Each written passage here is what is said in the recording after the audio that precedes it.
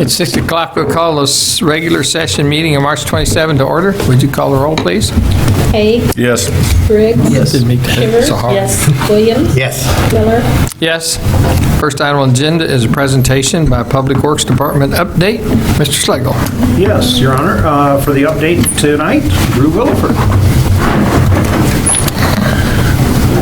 Well, good evening, Council. Pleased to present you the 2023, if you can believe it, Public Works update for the year. And with that, I'm going to have essentially 5 sections to this update. Who is Public Works, essentially? What do we maintain that's out there? Highlights over the past year. Grant overview, because there's quite a bit of work going on with grants. And then finally, an MS4 update. As you may know, being part of the Municipal Separate Storm Sewer System Program under DNR, we're now required to give a yearly update to that program. So we'll actually be ending the presentation with a quick update on that program. As a general overview, Public Works consists of essentially 3 divisions: engineering, street division, and wastewater. Those divisions handle everything from an engineering, for example, surveying and design work, to street division, having obviously street maintenance, storm sewer work, and even things that we don't often consider, brush cutting out at the airport as being one of them, to also wastewater being work at the treatment plant and collection system, and even our pre-treatment program. And I want to show you just a couple quick slides to introduce you to the crews that we have, and I view these as our most valuable assets. When we have good trained personnel, it makes our job immensely far easier, we'll say. So I'll introduce our wastewater crew here, led by Bill Raines, our wastewater superintendent. And we're pleased to have only 1 vacancy at this point in time. And I can say I greatly appreciate having this point at Public Works here, because as you'll see in the next slide, we are full up both in the street division and in engineering. So we're in a far better place than we were as far as employees just even, I would say, 8 months ago. And I'm very, very happy about that, very blessed to be able to say that here. Our street division, led by Kevin Barker, again handles the street maintenance, stormwater activities. Don't have a slide for engineering. We're going to go through this fairly fast here, mainly because myself and Greg Sewell, our engineering technician, are both here this evening. And so we'll continue on, providing just a brief update on what we do. I wanted to cover just some of the infrastructure, excuse me, which is involved with what we do. And when we look at wastewater, I typically divide it up into 2 parts. And I look at the wastewater treatment plant as the first. And there's quite a bit that goes into it. Over the last year, we've averaged 2.48 million gallons per day of treated water. We have 45 electric motors, 24 pumps, 5 blowers, and 108 UV bulbs out there. And that's just a small snapshot of the equipment out at the wastewater treatment plant. So it takes a village, so to speak, to keep all of that running. And that's just the plant. We also have the collection system, in which we have just under 2,000 structures, around 86 miles of gravity main, 13 lift stations, and nearly 5 miles of force main or pressure pipe for the system. You can see a map of the City of Mexico's system on your screen there, with those green dots being essentially the manholes and structures that you see throughout the city. Any kind of orange, I shouldn't say orange really, it's more of a brownish red, is where you would see our force mains at. On the street division side, we cover transportation and stormwater, and so I've got a short slide here carrying both statistics, we'll say. On the street side, we've got 78.6 centerline miles of street, 2 miles of alley, and the next one, while we don't maintain sidewalks, we do inventory them, because we do have an accessibility transition plan in place at the moment. So we are working constantly to find sources of money to bring sidewalks up to ADA standards. So we have just under 20 linear miles of sidewalk throughout the city and over 3,200 signs that we maintain. On the stormwater side, we have nearly 1,000 structures, if you look at it as a whole, and just under 20 miles of gravity main. And all of that requires quite a lot of maintenance throughout the year.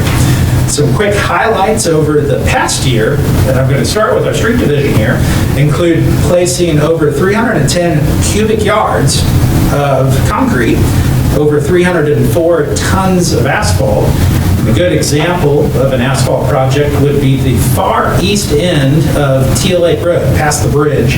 The screenshots don't seem to come through as clearly, I'm afraid, on the screen, but you have a before and after image there shown looking toward the bridge itself on the east side of the bridge.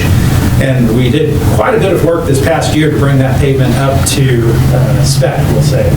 On top of that, the hydro excavators turned out to be a tremendous blessing. We have been using that thing to clean out a number of storm drains. And that, given the more or less wet winter we've had, not so much snow-wise, but rain, has truly helped the city out. We have been seeing less flooding, we'll say, as a result of that. And then something I don't typically think about a lot is bridge sealing. Teal Lake Bridge, shown there in the picture, actually has wooden rails on it, and so we end up having to seal that from time to time. That was done this past year. And of course, I'd be remiss if I didn't mention our asphalt recycler. We're still using that significantly, used it just this last week. It's been a tremendous blessing as well, being able to place recycled asphalt, used asphalt, and rejuvenator in it, and be able to use that even when the plant's not running. So it's been a tremendous help to our crew in moving forward with maintaining our streets. On the wastewater side, we've been pleased to slip line or use the cured in place pipe to line over 4,000 feet of main. We've been able to use the Dukes 360 program, which uses acoustic, and what you see there on your screen in the bottom right is actually the unit they place on the manhole. Bright yellow foam there, it sits on the manhole. It sends out an acoustic sound wave, and then there's a receiving unit on the other end, and that's used to essentially classify your main into, is it blocked? Is it partially blocked? How are we looking? So that has been a big help in investing in that technology, having the Dukes 360 program in place. I actually did find some places where we had some issues, and so that program has been a help. Over 16,000 feet there acoustically evaluated. And then with our normal operations, we have been able to clean over 111,000 feet of line, and then TV over 36,000 feet of line. And at this point, I did bring a quick demonstration here. This is the new transporter unit, which you graciously provided at a previous council meeting earlier this year. I'm afraid we don't have the camera in yet, but at least we have half of the purchase. So we're moving in the right direction here. That goes through the sewer main. It hasn't been through one yet. This was the new. So that is what's used. It's actually quite heavy. You'd be surprised. And that typically goes in 8-inch or greater line. And it has an articulating arm that allows it to get above the flow line for the camera, so we can see pipe that's maybe flowing half full. We can get an easy understanding of what the problem is. Why is it flowing half full if it should not be flowing half full? At this point, I want to transition into a little bit of summary of the ongoing grants that we have. And essentially, there are three that I am going to focus on here. The American Rescue Plan Act Stormwater Grant is the first, and we were very blessed to get two grants as part of that, one with a 21% match and one with a $1 match. So we were able to leverage just over $478,000 of city funds and obtain over $1.8 million of state funds with that 21% grant. And then again, with a $1 match, $1 of city funds for $4.9 million in state funding. When you look at our bridge replacement project that's coming up, the Pollock Road Bridge replacement is under the Off-System Bridge Replacement Program, VRO program. And that turns out some funding mechanisms have changed. Turns out it's not a 80-20 match, it's actually about a 12% match. So we're leveraging about $159,000 in city funds for about over $1.1 million in state funds. And lastly, our Transportation Alternatives Program grant, TAP grant, for the Muldrow Phase 2 sidewalk project, which is constructing sidewalk from Quisenberry going north to Buchanan. That is a 25% match, so we're leveraging about $61,000 in city funds for $181,000 in state. So altogether, when you look at it, we're leveraging about $700,000 in city funds for a little over $8 million in state funds, and that's about $1 a city equals $11.50, so to speak, of state funding. And I'd like to take a moment to kind of go into, provide an overview of the ARPA Stormwater project. I've separated this into 3 categories. So I'm looking at first sort of spot projects. So where we've got a culvert problem or a bridge problem, structure problem, we've got 4 of these. And the first one being on Pollock Road, just downstream of the MMA lake that's there. We have a weight-limited culvert that needs to be replaced. So that's on the list. So not only will Pollock Road Bridge itself just on down the street get replaced very soon, but so will this weight-limited structure, so you won't have weight restrictions on Pollock Road any longer. Secondly, Teal Lake Access Road, you may be familiar with this. We had a collapse in a culvert at this location. This is the primary entrance for accessing Teal Lake Dam and spillway. So we are up a creek to a certain degree here in safe access routes until we get this repaired. Thankfully, this was included with the grant, and the grant was awarded, so we are moving forward with getting these replaced here. There's a culvert that runs under Fairground at the upstream end of Lakeview as well, which is deteriorated. This has been on our radar for some time. What we're looking at is not replacing it because it's actually a truck route, so we don't want to disturb the truck traffic. We'd like to just line it. So we've approached a couple companies about what that would look like, and therefore we're able to come up with an estimate for lining and doing some rehab of that structure. And then on South Jefferson Road, we have 2 structures which are just small enough that they're not classified on MoDOT's system as bridges. So we are responsible for them, and they are both weight limited as well. So we're looking at replacing those 2 structures in addition to all the previously mentioned work. That takes me into our second category, which essentially I'm just going to call street stormwater improvement. So not point locations, we're talking a decent distance here at this point in time. First one is on North Washington, between Robinson and Allison, maybe where this is a location where we have gravel along the shoulders, and every time it rains, pretty well that gravel comes down to the bottom of the hill. So we end up going out with our crews and pulling that back up the hill. We're pleased to now hopefully put curb and gutter and sidewalk on this street and widening it to provide a far less maintenance-intensive area for our staff and provide a better resident area for the city of Mexico. The Love and Abbott intersection is another project where we have undersized stormwater. Just in general, if you go out, you'll see inlets that routinely flood, routinely get clogged because they are substandard in size for what we have now. So this would be a full rebuild of the intersection, including ADA curb ramps. And then we would extend the storm sewer up all the way to the north and then tie it into the existing sewer that is there. Again, stormwater, not sanitary. And then just to our east here on North Calhoun Street, north of Love, that's another location that's somewhat problematic from a maintenance perspective and from the residents with driveways having gravel washout. It's on a pretty steep hill. So we're looking at widening that street, adding curb and gutter, storm sewer, and hopefully bringing that up to city standards with this project. East Anderson Street is another example. You may notice that the street right out here tends to have a consistent wet area. So we're looking at trying to address that with some perforated pipe, providing for some better drainage through there, and then take all of that and pipe it down to the town branch so it stays essentially unseen. And that's hopefully going to take care of a lot of the issues that we've had through there with pavement degradation and things of that nature. This includes reconstruction of the roadway and a partial resurface in addition to those. And finally, fixing our missing section, we'll say, of the curb and gutter on Lakeview. We just have a section which remains to be built between essentially Presbyterian Church and then where we ended our last projects there to the west of that location, which is shown on the screen. This project will put in a couple of curb inlets that allow water to drain off the road and into the nearby lake. We'll look at having then full curb and gutter, at least on the south side, by the end of this project, from Clark all the way to, well, it would continue on all the way out to the industrial park, really. And then I get into my 2 largest projects here, and I'm just going to classify them as substantial stormwater projects, essentially. Curtis Street is one. This goes all the way from 22 back to Wade Street. And this is one that's been on our radar for some time. There's a number of ditches through there which either need further ditching or just need new facilities installed. It's an older Some of that is older storm sewer facilities through there.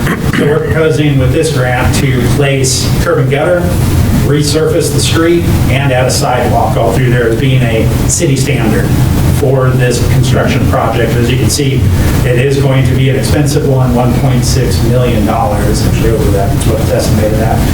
And along with that, North Kentucky is a similar premise that we are aware that there are some ditching issues through there that need to be addressed, and we put this onto the $5 million grant, as well as the Curtis Street one, and we're pleased to get both. So we're proceeding with this $1.5 million project to put storm sewer, resurface, and a sidewalk along North Kentucky.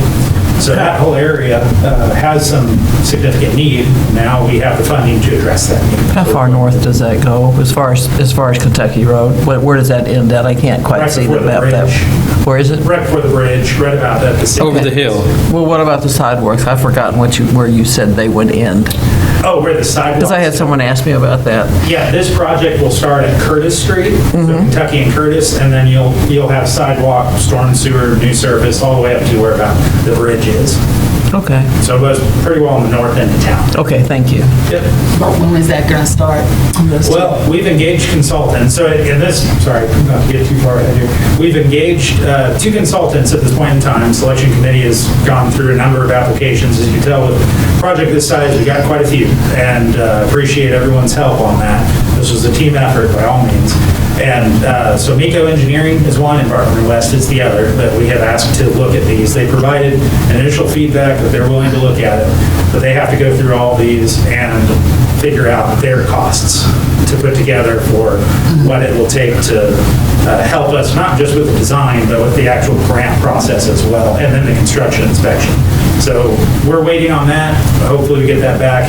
If I had to give you just a rough estimate, as soon as we get a project back from design, I intend to get this out for construction. My concern somewhat stems from the idea of all this money hitting the state at the exact same time. We're staffed and contractors are staffed for normal working conditions. So I'd like to get out in front of this if I can, so that we can get on the contractors list quickly. So I would anticipate seeing some work starting first of next year or so, first quarter, I should say. On Kentucky. On Any of these In any of projects. these. Yeah, I'm not sure exactly which they will get done first. We also have set up a structure where if prices come back, let's just say astronomically high for whatever reason in the next 12 months, we would drop a project or two, whatever it took, in order to continue with the grant process. So in a sense, we have a little bit of redundancy built in, so we're not left paying a very large price tag there for us. And DNR, Department of Natural Resources, even recommended that kind of approach, since there's some uncertainty in what the pricing is going to be in a year from now. I wish I could give you a better answer on exactly when we'd be under construction. That's fine. That's good. I hope quarter 1. That would be my hope. Transition now to our MS4 program. This is a program which made the prior grant possible, by the way. So it's a program that we don't normally have funding for, but in this particular case, it actually helped us substantially. Any population that's over 10,000 in size is governed by this program. EPA is the one that has come up with the regulations per se that gives them DNR the requirement to enforce it to the city. So we're given the permit by DNR, and then the city develops what's called stormwater management plan on how it will actually obtain its permit. And it has 6 minimum control measures, 6 sections to the permit. I'm not going to get into really the sections of the permit. What I'm interested in mainly is providing you a brief highlight of the previous year, and then some items that we're looking at for the upcoming year with that. And so in the previous year, in the public education and outreach section of our permit, we participated in a few items, actually more than I mentioned, but 3 key items. Our Parks and Recreation Department does a phenomenal job in organizing Earth Day, and I'd encourage everyone to attend. It's a fantastic event. It's held at Lakeview a couple years, I think. And we've been pleased to be able to have a display on site. The display on the far right there, while it wasn't used, well, that picture doesn't come from that day. That display is typically used for Earth Day, and then also we were approached from the library this past year to do a presentation on stormwater. And the kids, absolutely, kids that were about that age, they loved pouring water into that display. So it was entertaining to watch, and they got a good lesson out of it, I hope. We also support the Find Your Path Day by trying to show what careers are out there in the environmental sector, trying to tie that in a little bit to stormwater education. We also conducted some land disturbance inspections. The two sites that we had as active sites were the lakeside at the Oaks and Abacus Logistics projects, and both are moving forward well at this point. We did have an oddity with an illicit discharge last year, and we have a few of these come up from time to time, but this is one of the more odd ones. The middle picture that you see there is actually lime that was spilled all over the roadway. You may remember some of that. Just last year, we worked with the contractor to get it cleaned up, and we did run the street sweeper through there afterwards to try to pick up any remaining debris that was part of that. And then one thing I wanted to mention, since hiring Greg Sewell, we've been able to put his skills to use. He comes from a safety background in the nuclear sector, and so we've somewhat modified our good housekeeping procedures now to all go through him, and he conducts both a good housekeeping but also a safety inspection for all of our sites. So that's been a real benefit to us. We've been able to make our sites quite a bit safer, in my opinion, and we're continuing to make further strides in that. He also conducts the employee training for our crews for stormwater as a requirement of the permit. So what are we looking at for this coming year? Well, one of the big things we're going to be trying to push forward with is increasing on our stormwater mapping. One big thing that the Department of Natural Resources is pushing towards is outfalls, and that's where essentially where your stormwater exits your system and goes into a water of the state, roughly speaking. And there's been some questions about how that definition's interpreted. Waters of the state is another big issue again, so there's some questions on how that it will be, but we need to complete that map, so we're moving in that direction. Also, from the idea of simply asset management, trying to continue on mapping our infrastructure, our stormwater infrastructure, so that we know what we have and we can plan for replacement. Again, we'll be preparing for Earth Day. I believe that's April 21st this year, if I'm not mistaken, out at Lakeview once again. So by all means, you're welcome to join. I think around 1 o'clock or so. 11 to 1. Appreciate that. By all means, that'll be an event that you'll see us at. And then continue on with land disturbance inspections, illicit discharge detection elimination, trying to keep our streets and our environment clean, healthy. And finally, one of the last things that we're going to look at least is the potential of an ordinance review. It's been several permit cycles since we've kind of implemented our stormwater ordinances, and it's probably due up for a review at this point in time. So with that concludes my presentation. I appreciate your time. If you have any questions, I'll be happy to answer them. Well, you gave us a lot of information. What's the, you showed, I think it was on Teal Lake, the re-asphalting. What does what's the machine say that's like if you want to do something like that and you just lay down new asphalt versus using the machine? What's the cost efficiency of that? Yeah, that's a good question. Because the machine typically is burning propane, you don't have nearly the cost. There's two ways we accrue asphalt. So either we have prior asphalt that was removed and it's in chunks and we take that back out and recycle it. Or we have a little extra asphalt that's left over from when we do a pour, like for completely new asphalt, and then we throw that in there. It'd be hard to get a number. We have a rejuvenator. It's called Jive. It's actually a pellet that we purchased from them as well in a large 200-plus gallon tote. I'd have to get you those numbers to be sure. All I can say is I know that it's saving us. If I had to guess, my thought pattern would be probably half what my initial instinct would be.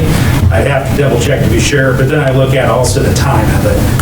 Trying to get your asphalt work in when the plant is going, trying to send someone all the way to the plant and back and keep that progression going. There's actually a lot of logistics that go into that, and I appreciate being able to just run to our yard, pick up some, and run back to the job site. Do you were talking about running how many feet you've ran the camera. Do you save that footage for later use? Yep, sure do. It's all on our server here at City Hall, and we also are trying to upload it to our GIS platform. That map that you saw, which had the line work on it, we have a system where we save it to that. So even if you're out with a tablet somewhere, you can pull up that video, tap on the line on the screen, pull it right up, and view that video while you're standing over the line. Thank you. It's like heart surgery, looking at stent. I mean, look at. Yeah, that's actually not a bad analogy, really. Yeah. Do you get partial things that you're? I mean, do you get partial blocks then? Do they develop very quickly, or is it sometimes a real quick It development? depends on the basis of the block. So if it's rags that get stuck somewhere, a big clump of them, they get flushed down the toilet. We've had that develop very fast before. If it's something that is more or less a break in a pipe, if something gets hung up there and it takes a while for it to develop, or even fats, oils, and greases, that can take a while to develop. Just depends on what's causing it. What it is. Yeah. Further questions? Good presentation. That's true. Thank you. Is it complete? Okay. If so, let's approve the minutes of March 13th regular session. I move we approve the minutes of March 13th. Second. Haig, Yes. Briggs, Yes. Shivers, Yes. Williams, Yes. Miller, Yes. Next item, new business and ordinances, 2 readings by title only and passage, bill number 2023-13, an ordinance authorizing the city manager to execute certain documents pertaining to the disposition of excess property located at 515 East Home, Mexico, Missouri. Mr. Schlegel. Yes, Your Honor, you've heard us talk about this property many times, and it's been an ongoing issue for years, and hopefully we're finally getting some resolution. It's clean now. It's at least clean. We're going to hopefully get it back on the tax rolls. So, to cover the details, Rita Jackson.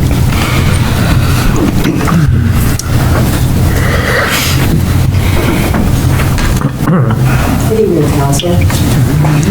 Stated, this ordinance pertains to the disposition of the property located at 515 East Home, which currently is a vacant lot. This property was received by quitclaim deed to the city in March of 2020. Mr. Gold, Danny Gold, he passed away. His siblings contacted the City of Mexico to see if they would be interested in acquiring the property. The city acquired the property in August of 2022, and it was demolished in December. In the previous 4 years, the City of Mexico had actually spent several dollars and time and energy for abatement of that property, for mowing junk, trash, and debris, reaching out to the surrounding property owners regarding the complaints that we had received. And I would say up to that time, the city spent approximately $6,000 in just the cleanup. Mr. Gold had been away from that property probably 2 years due to health problems, and at that point, squatters moved in, so when we acquired the property, it was very full, and with him being deceased and his heirs lived in California, they were not interested, so they gave it to the city, and the City of Mexico was going to clean it one way or the other. An advertisement for bid was placed in the Mexico Ledger on January 11th and 14th, and also in February 4th and February 8th. Notices were sent to 10 realtors and contractors, and we received no bids. Other means of advertisement, we actually sent letters to the surrounding property owners, and we actually posted signage on the property with no bids. On March 20, 2023, a bid was received from Kenneth Davison in the amount of $1,000. City staff recommends that the council proceeds with 2 readings by title only and passage of the attached ordinance. This ordinance has been posted the required length of time. Questions? You know what his intention is? He currently owns property, he says in Centroy, and he has plans to build on that property.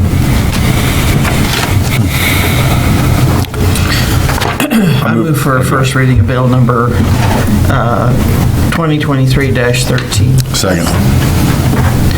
Bill number 2023 Gotta have a sorry. vote. Hay, Yes. Briggs, Yes. Shivers. Yes. Williams. Yes. Miller. Yes. Okay, bill number 2023-13, an ordinance authorizing the city manager to execute certain documents pertaining to the disposition of excess property located at 515 East Home, Mexico, Missouri. I move for a second reading. Oh, we'd have to vote again, I'm sorry. Second. Second reading. Second. Second. Hay, Yes. Briggs, Yes. Shivers. Yes. Williams. Yes. Miller. Yes. Bill number 2023-13, an ordinance authorizing the city manager to execute certain documents pertaining to the disposition of excess property located at 515 East Home, Mexico, Missouri. I move for passage. Second. Hay, Yes. Briggs. Yes. Shivers. Yes. Williams. Yes. Miller. Yes. New business, resolutions. Bill number 2023-14, a resolution authorizing the city manager entered into an agreement with the Miss Missouri Scholarship Competition Incorporated to provide tourism activities for the city of Mexico. Mr. Slagle. Yes, Your Honor, this is our annual agreement with the Miss Missouri Scholarship Competition, and this is the money from the general fund, and to cover the details, Roger Haynes. Good evening, council. First off, Alice Leonardi, the executive director of Miss Missouri, had scheduled and every intent to be here this evening, but another matter came up that she needed to take care of, so she apologizes for not being here this evening. The 2022-23 annual budget allows $10,000 for use by the Miss Missouri Competition Incorporated. The city has been providing general fund support to the Miss Missouri Scholarship Competition for several years, with contributions being brought to the $10,000 level since 2001. As council is aware, a distribution was not made in the 2019-2020 budget due to the COVID-19 pandemic and the event being canceled. Staff does recommend that the City of Mexico and the Miss Missouri Scholarship Competition Incorporated enter into an agreement promoting tourism, and council proceed with reading by title only and passage of the attached resolution. Okay. I move for reading of bill number 23-14. Second. Hay, Yes. Briggs. Yes. Shivers. Yes. Williams. Yes. Miller. Yes. Bill number 2023-14, a resolution authorizing the city manager to enter into an agreement with the Miss Missouri Scholarship Competition Incorporated to provide tourism activities for the city of Mexico, Missouri. I move for passage. Second. Second. Hay, Yes. Briggs. Yes. Shivers. Yes. Williams. Yes. Miller. Yes. Next item, bill number 2023-15, a resolution authorizing the city manager to execute agreements with various organizations for recommended funding from the Mexico tourism tax. Mr. Slagle. Yes, Your Honor, the Tourism Commission has met and has recommendations for funding, and to cover those recommendations, Roger Haynes. The Tourism Commission did meet via Zoom on Tuesday, March 14th, and as part of that meeting, did review 3 applications from various organizations for advertising those events that, of course, promote tourism. The first organization was the Miss Missouri Scholarship Competition. Their event will be held during the week of June 11th through June 17th, with the competition's nights being June 14th through 17th. They requested an amount of $9,500 to be funding, and the amount recommended by the commission is $8,500. This is a $500 increase compared to both the 21 and 22 fiscal years. Secondly, the Mexico Young Farmers, who puts on the annual tractor truck pull, that event will be on Saturday, June 10th. They requested for advertising funding $5,966. The commission recommends $5,000. And again, this is a $500 increase as compared to the 21 and 22 fiscal years. And lastly, the Mexico Tourism Commission wishes to recommend the Columbia, Missouri Tourism Guide be used again this year. They've used that since 2018. The total cost for 2 publications, one in May and one in November, $1,390. And the amount they recommend is $1,390. This publication is the last event was out in last winter, and it's like 95 pages, and it goes, it's allocated all through Missouri, hotels, restaurants, and other places. Staff recommends the council concur with the Mexico Tourism Commission's recommendation and proceed with reading by title only and passage of the attached resolution. Everyone's pleasure. I'll move for reading of bill number 2023-15. Second. Hay, Yes. Briggs, Yes. Shivers, Yes. Williams, Yes. Miller, Yes. Bill number 2023-15, a resolution authorizing the city manager to execute agreements with various organizations for recommended funding from the Mexico tourism tax. I move for passage of bill number 2023-15. Second. Hay, Yes. Briggs, Yes. Shivers, Yes. Williams, Yes. Miller, Yes. Next item is bill number 2023-16, a resolution authorizing the City of Mexico to spend ARP allocations towards the healthcare market assessment and financial feasibility study. Mr. Seigel. Yes, Your Honor. Presiding Commissioner Alan Winders, Audrain County Health Department Executive Director, and myself, we have been meeting since the hospital closure, and actually even before, as a group of governmental entities to start addressing the community health care options that were needed. As the three public tax-supported entities, we really came together just really to gather information and data so that we could start identifying what we considered viable, long-term, sustainable healthcare solutions for the community.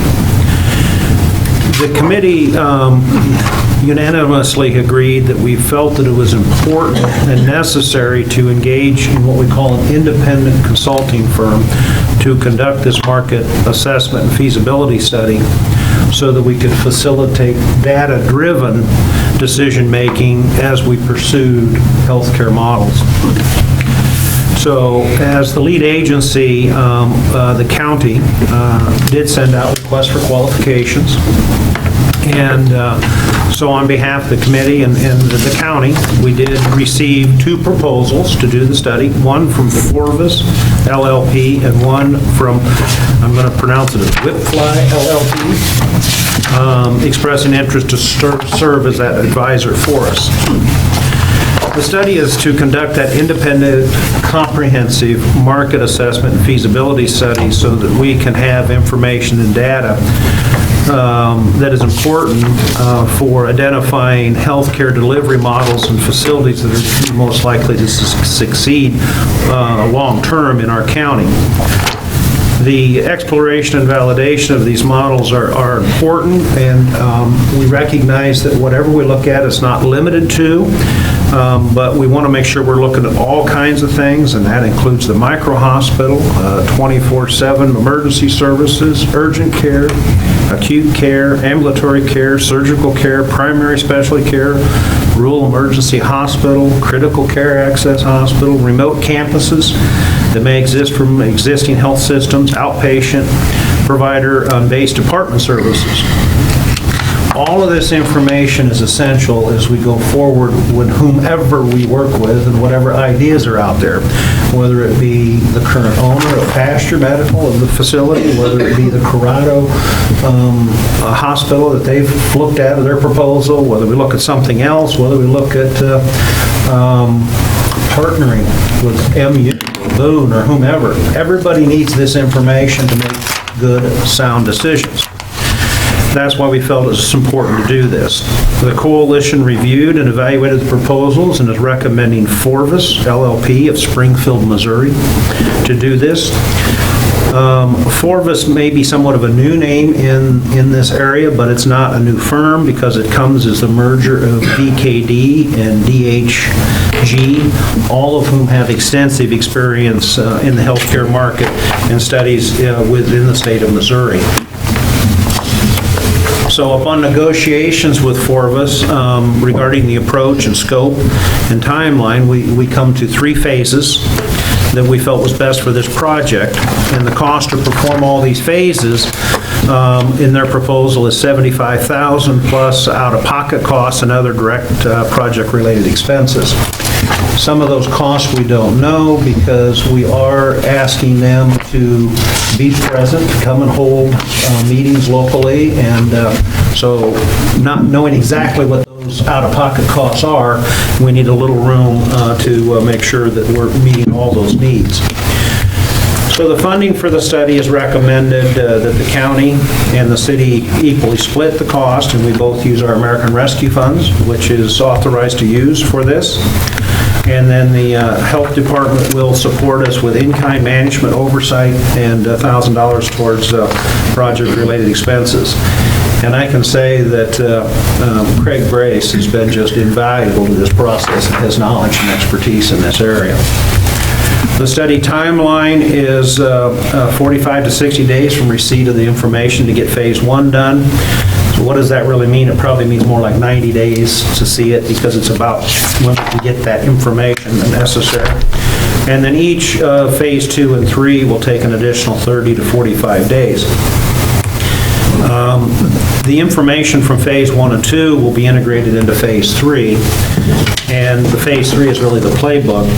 And we hope at that point we have a provider identified that would want to work with us, and then certainly their financial information is an important part of the Phase 3 of this process. But if we don't have that provider, we still need to proceed with it because that's the information we might need to go recruit a provider and to demonstrate that. So at this time, I'm recommending that we proceed with reading by title only an attached resolution that authorizes us to spend up to $50,000 of our ARP money allocation as a cost share with the county towards the healthcare market assessment and financial feasibility study with Forbes LLP. Just for my knowledge, what are we getting for Phase 1? What is Phase 1 going to give us? Sure. As identified, they do really what they call a deep market dive analysis. And a lot of that is data information gathering, and it's about demographics, it's about volume demand projections. So it's really looking at each healthcare provider, hospital is to submit by, if I understand this right, Amy, and help me, it is by your zip code, and it identifies what procedures and everything else people have done. And so it gets us that information so that they know what types of healthcare needs are for our community. And so they can identify all of that. And then it helps kind of do the provider landscape. And this is also where they also look at the emergency room demand and the bed demand analysis. And so they put all that information together. And at this time, we also then have those stakeholder workshops where they're meeting with the local groups necessary to help gather the information and their insight to what types of medical models that we need here. So that's Phase 1. And then Phase 2 of this project goes into what they call the validation of the assessment. And this is really where we get into the assessment analysis, reimbursement cost, projected financial model, and so on. And then Phase 3 really comes down to the playbook as far as saying, okay, now here's how you have to go about it. Here's the steps you need to follow to make this happen. Okay? Did we, just for information, maybe for the public too, as far as getting a new study done, are there not any previous studies that are of any use to this at all? The last previous study that I'm familiar was done. And why would it not be? And it was done from data from 2014 to 18, which is out of date. So this is really important information that every single one of these potential providers could use, and it's more current information based on today's market analysis. And would the new study provide us maybe different and maybe more clear information? Yes, it should. Okay. As far as this $50,000, up to $50,000, right? Mm-hmm. And you said that's coming from American Rescue Funds? Yes. Okay, and so that is money we have available to us? Right, that is the money that we got from the federal government. That's the money we used to buy the fire truck, and then we also committed it to do the stormwater projects and our housing projects, and we have, Roger, about $120,000 left uncommitted.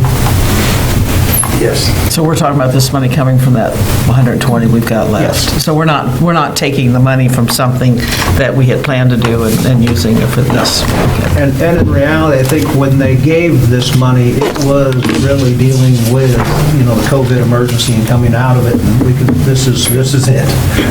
I have a question, just a little simple question. I was looking at the list of things you put in the list of things that they were going to study.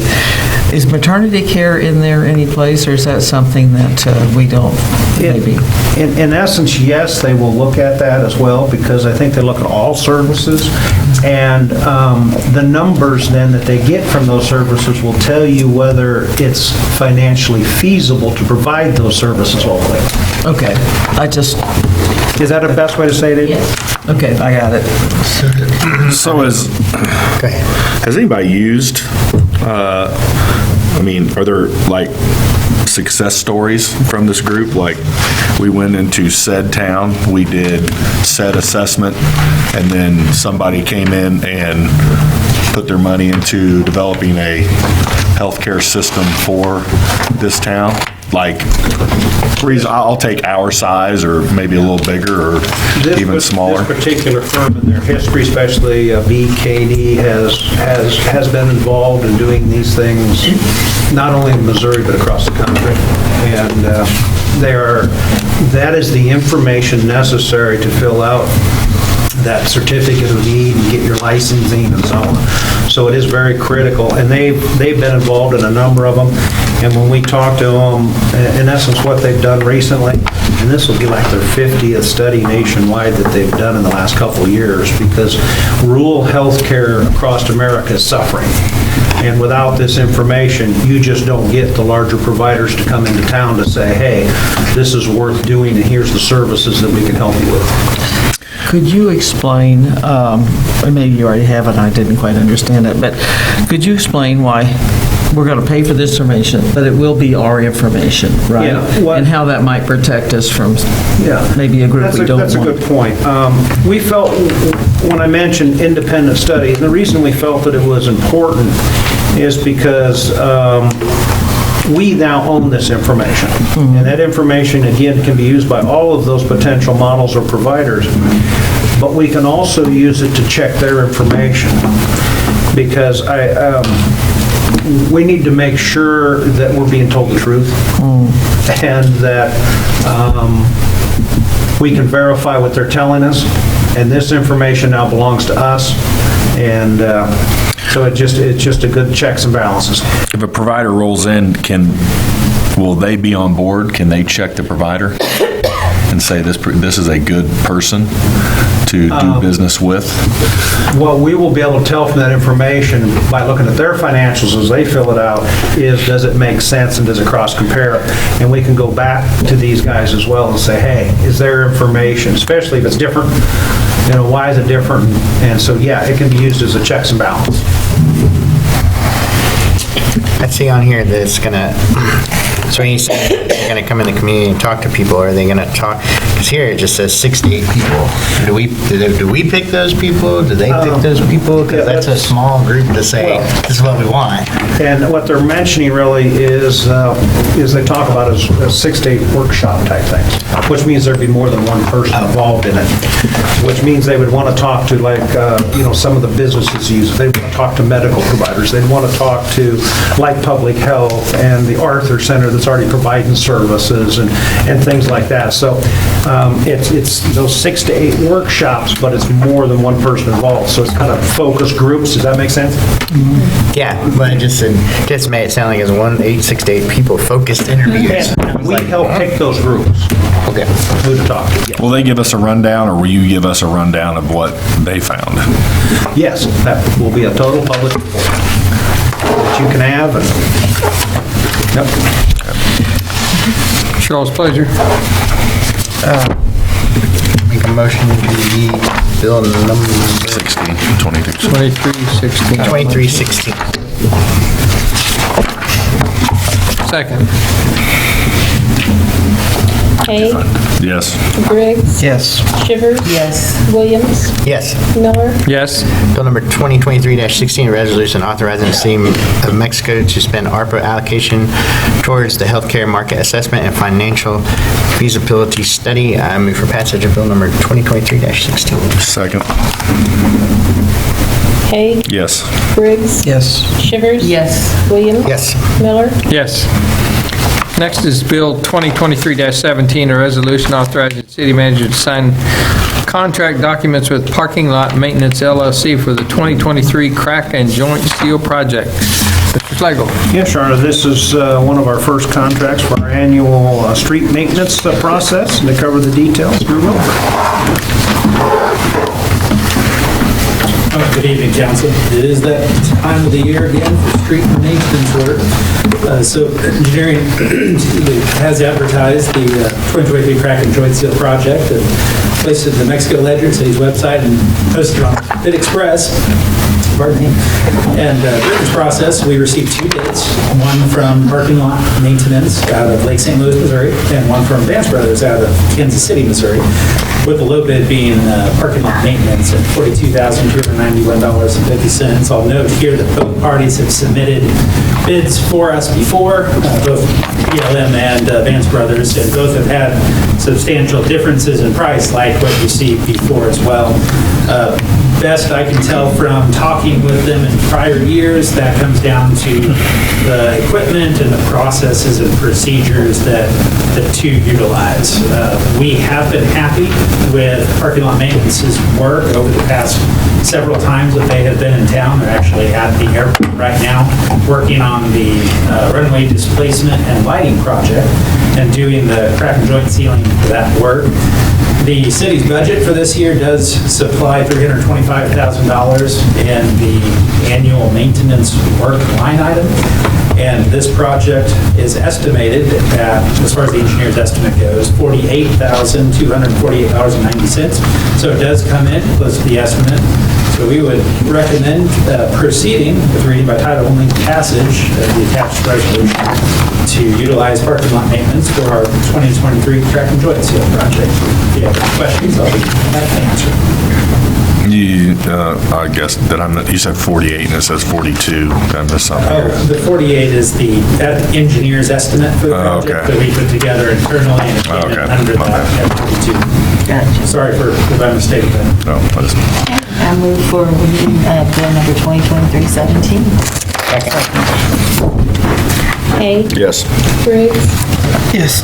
Shivers, Yes. Williams, Yes. Miller, Yes. Bill number 2023-17, a resolution authorizing the city manager to sign contract documents with Parking Lot Maintenance LLC for the 2023 crack and joint seal project. I move for passage. Second. Hay, Yes. Briggs, Yes. Shivers, Yes. Williams, Yes. Miller, Yes. Other business. First item, staff report, replacement of sanitary sewer collection system along North Jefferson Street. Mr. Slagle. Yes, Your Honor, we have some defects in the sewer line on this particular area. And to cover the details of the repairs, Drew Wilford. It's also the time of year to replace sanitary sewer lines. As Bruce mentioned, we have an area that's been identified has several defects to it, and instead of proceeding with lining here, we're actually recommending to proceed with replacing nearly 140 feet of sewer main and 1 manhole and several taps that are in line with that main. We're looking at utilizing the city's on-call contractor, Plan B Development, for this process. You may recall that we renewed our contract with them just recently, last month or so. And so as part of this work, when we identified the defects, we approached them for an estimate using that on-call contract. And they provided an estimated cost of $15,600.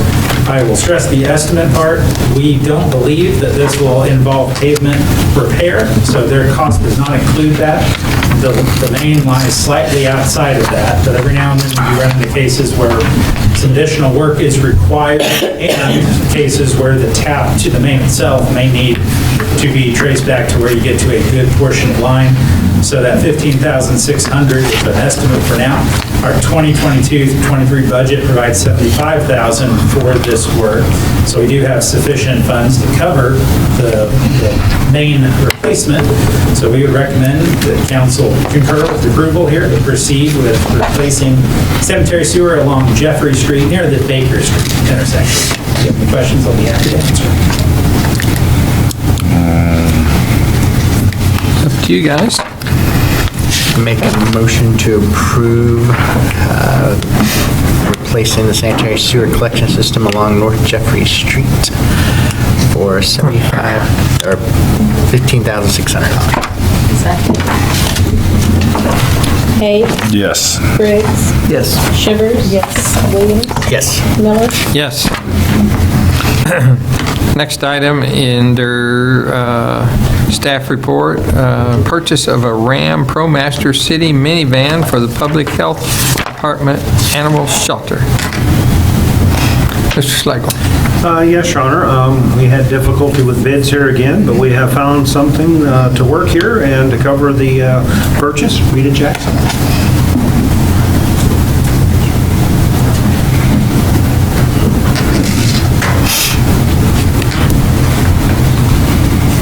As stated, this is a minivan for the animal shelter. Our advertisements for bids were placed in the Mexico Ledger on February the 25th. They were mailed to 6 local and surrounding vendors and listed on the city's website, soliciting bids for current production, model year, mini delivery van, Ford Transit Connect, a Ram ProMaster City or equivalent. Staff did not receive any bids. The 2022-23 budget allows $35,000 for the purchase of a minivan for the animal shelter. The department's current vehicle, a Ford 150, will either be transferred by sale to another city department or sold at auction through Gov Deals. Due to the excessive long lead time to order a minivan, 1 year or greater, with no price lock. Staff negotiated a price on an available unit with McGrath, Fulton, Chrysler, Dodge, Jeep Ram in Fulton, Missouri. The unit selected meets the specification for a bid for $34,920. The animal shelter, one of the reasons that we're looking for a minivan is in our current vehicle, a minivan is lower to the ground. It actually helps the staff to get the animals into the vehicle easier. It's a lower vehicle, and the animal can either jump into the back, or it's easier for them to put the kennels and different things into that vehicle. Staff recommends the council approve the purchase of a 2022 Ram ProMaster City minivan from McGrath, Fulton, Chrysler, Dodge, Jeep Ram for the purchase price of $34,920. Charles, pleasure. I move for purchase of Ram ProMaster City minivan for the Public Health Department Animal Shelter from Graff, Fulton, Chrysler, Dodge, Jeep Ram, Fulton, Missouri for $34,920. Second. Haig, Yes. Briggs. Yes. Shivers. Yes. Williams. Yes. Miller. Yes. Next item is appointment to the Industrial Development Authority Board and the Mexico Tourism Commission. Mr. Schlegel. Yes, Your Honor. With the Industrial Development Authority Board, we currently have 2 vacant positions on the board, both unexpired terms, one for October of '27 and the other for October of '28.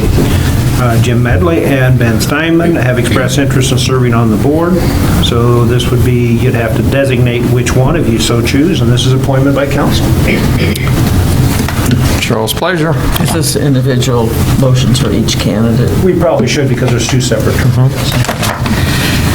I move for the acceptance of Jim Medley to the Industrial Development Authority Board, his term expiring 2027. Second. Haig, Yes. Briggs. Yes. Shivers. Yes. Williams. Yes. Miller. Yes. Somebody want to work with Ben Steinman? I'll nominate Ben Stein to the Industrial Development Authority Board to the term ending in 10/2028. Steinman. Steinman. Second. Steinman. Hay, Yes. Briggs. Yes. Shivers. Yes. Williams. Yes. Miller. Yes. Next is the Mexico Tourism Commission, Mr. Schlegel. Yes, Your Honor. Again, we have two positions open on this board. Kathy Lewis, who has previously served on the board, expressed interest, as well as Jay Jackson. These are both the same terms, which would, let's see, expire in September 25. I recommend Kathy Lewis and Jay Jackson for the two positions, 3-year term on Missouri Tourism Commission. We can do both, right? Since We can there's- do both same Yeah, term. same term. Second. Hay, Yes. Briggs. Shivers. Yes. Williams. Yes. Miller. Yes. Next item is payment of the claims. Make a motion to pay the bills? Second. Hay, Yes. Briggs. Yes. Shivers. Yes. Williams. Yes. Miller. Yes. Next item are comments. Start with the council. Mr. Haig. Just like to thank Drew and Greg. Thank you for the work you do. I know that I see a lot of the work going along since I drive around those neighborhoods in my bus, and so I appreciate that. And I appreciate you filling potholes so I don't get as many questions, during the week, of that. But great weather. Had a day over 70. Is the pool open yet?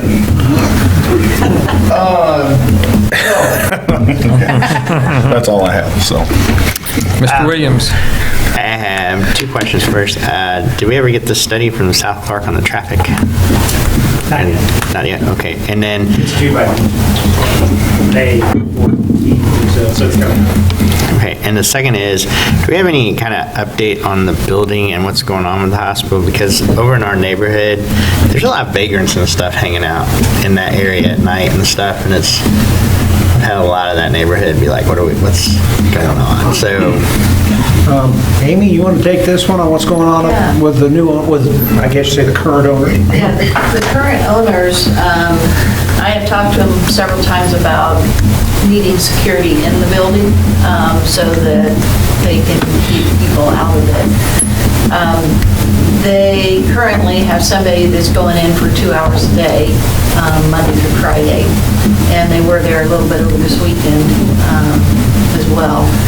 But we still don't have 24-hour security, but it is continuing. I bring it up. They need it. yeah, I know, I mean, yeah, it's a problem late at night. Yeah. I'm just gonna bet the guy that comes in for 2 hours probably isn't there at 1 in the morning. Probably there at 10 in the morning, like, he's not there when. I think from I think he's working nights now, so he's there for a couple hours during the day. Okay.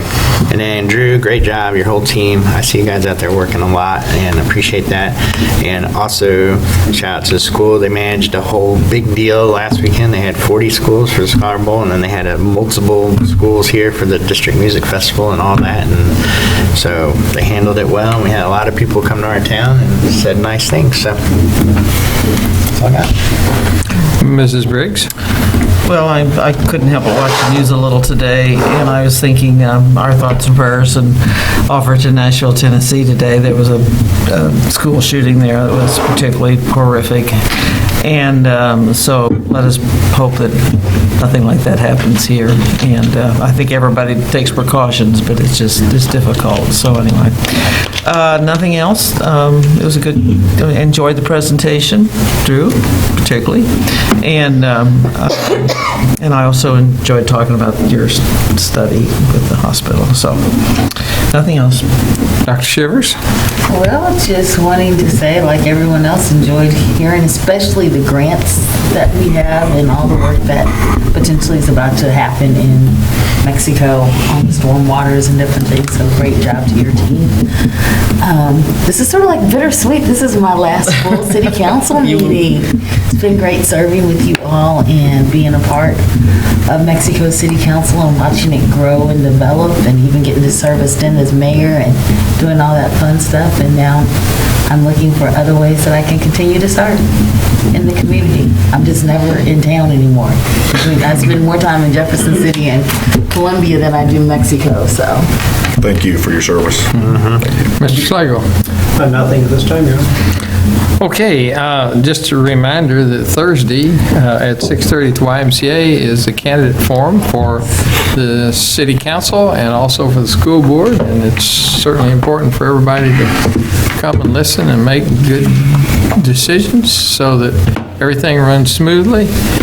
And if Dr. Shivers will be limited next time, then I need to say at this time, it's been a pleasure to have you on the board. It was a pleasure having you as mayor, and I think that we all worked pretty close together and made it work, and so we're going to miss you. I'll be around. All right, all right. With that in mind, it's now time for public comments. If you'd like to make a comment, please come to the podium, state your name and address, and try to hold your comments to 3 minutes.